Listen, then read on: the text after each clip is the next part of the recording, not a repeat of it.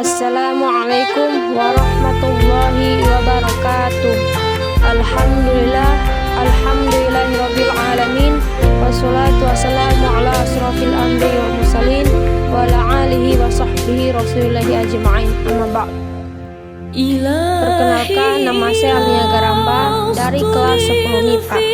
Di sini saya akan menceritakan tentang peristiwa pembebasan kota Makkah atau Fatu Makkah. Fatu Makkah berarti pembebasan kota Makkah yang terjadi pada bulan Ramadan tahun 8 Hijriah atau 630 Masehi. Rasulullah Shallallahu Alaihi Wasallam memutuskan untuk membebaskan kota Makkah. Sebab terjadinya Fatu Makkah karena kaum Quraisy telah mengkhianati perjanjian Hudaybiyah. Pada tanggal 10 Ramadan, Nabi Muhammad SAW berangkat bersama 10 pasukan menuju Makkah. Kaum muslimin memasuki kota Makkah tanpa terjadi peperangan, di mana kaum Quraisy menyerah dan tidak melakukan perlawanan karena berbagai sebab. Abbas mengajak Abu Sufyan untuk menyerah kepada Nabi Muhammad SAW dan menyatakan keislamannya. Setelah berhasil memasuki kota Makkah, Rasulullah SAW menugaskan kepada Abu Sufyan untuk membacakan maklumat yang isinya, siapa yang masuk ke rumah Abu Sufyan berarti aman, siapa yang masuk ke Masjidil Haram berarti aman, dan siapa saja yang menutup pintu rumahnya berarti aman. Setelah diumumkan Abu Sufyan, orang-orang Quraisy mematuhi dan melaksanakannya. Rasulullah SAW terus memasuki kota Makkah sebagai panglima yang bijaksana. Beliau menerima mereka yang akan menyertakan diri masuk Islam dan memaafkan semua kesalahan yang terjadi di masa lampau. Lalu Rasulullah SAW menuju Ka'bah untuk melakukan tawaf dan sholat 2 rakaat di dalamnya. Setelah itu, beliau menghancurkan berhala-berhala yang ada di dalam Ka'bah dan sekitarnya. Pada waktu penghancuran turunan ayat surah Al-Isra ayat 81 yang artinya, dan katakanlah kebenaran telah datang dan yang batil telah lenyap. Sungguh yang batil itu pasti lenyap.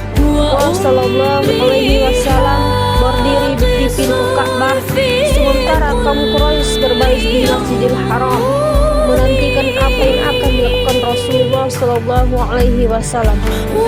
Rasulullah SAW berkata kepada kaum Quraisy, "Pergilah, kalian telah bebas."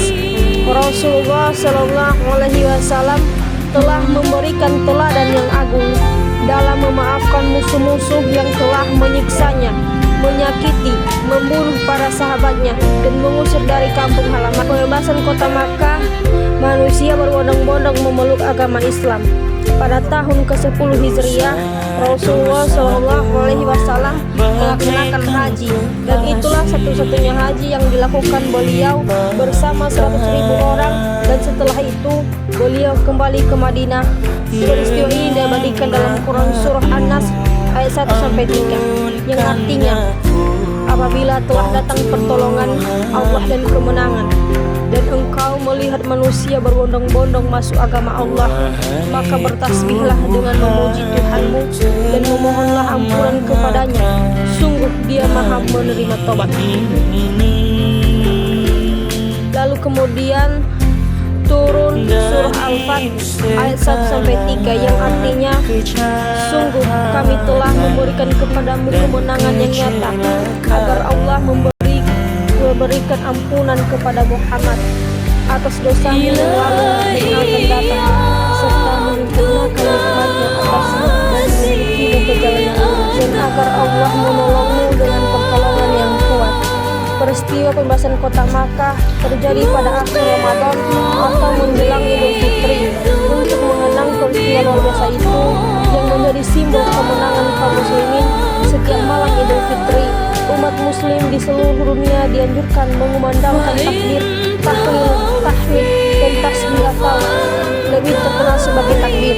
Nah, sampai di sinilah yang bisa saya ceritakan tentang peristiwa pembebasan kota Makkah. Jika ada tutur kata saya yang salah, saya mohon maaf. Kepada Allah saya mohon ampun. Akhirul kalam, wassalamualaikum warahmatullahi wabarakatuh. wabarakatuh.